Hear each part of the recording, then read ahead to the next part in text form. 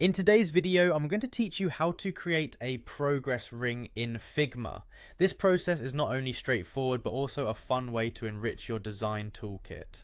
So, let's dive in. First, we need to head over to Figma. If you're not already familiar with it, Figma is a collaborative interface design tool that allows you to create and share designs with ease. Once on the Figma homepage, you'll want to locate and click on the login button.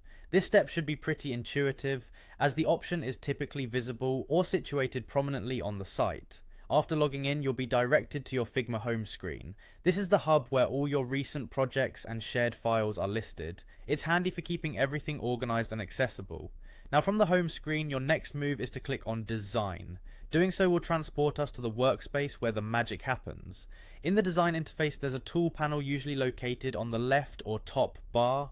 Here you'll find a range of shape tools with the ellipse tool among them.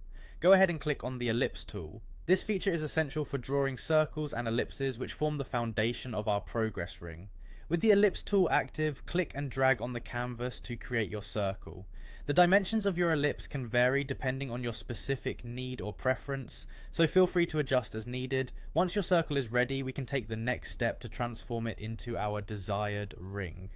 Transforming your circle into a ring is a breeze. First, select your newly drawn circle. Then you'll need to adjust the stroke settings in the properties panel. Essentially, you'll reduce the fill to 0 and increase the stroke weight until you have a satisfactory thickness for your ring. This step changes the circle into a hollow ring, visually denoting progress. Finally, to give your ring the proper progress aspect, we have to adjust the arc. The arc tool allows you to cut a section of the circle's outline, leaving just a portion to resemble a pie or ring chart.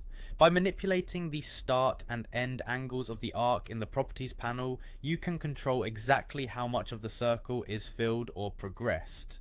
This is where your progress ring takes its final shape, displaying whatever percentage of completion you envision. And there you have it, a fully functioning progress ring created in Figma. From setting up your circle to giving it life as a progress indicator, each step builds seamlessly onto the last. It's a versatile feature, perfect for various design projects, dashboards, and reports. With practice, you'll be able to create visually appealing progress rings swiftly. Thanks for following along, and I hope you enjoyed learning how to enhance your designs with this nifty trick.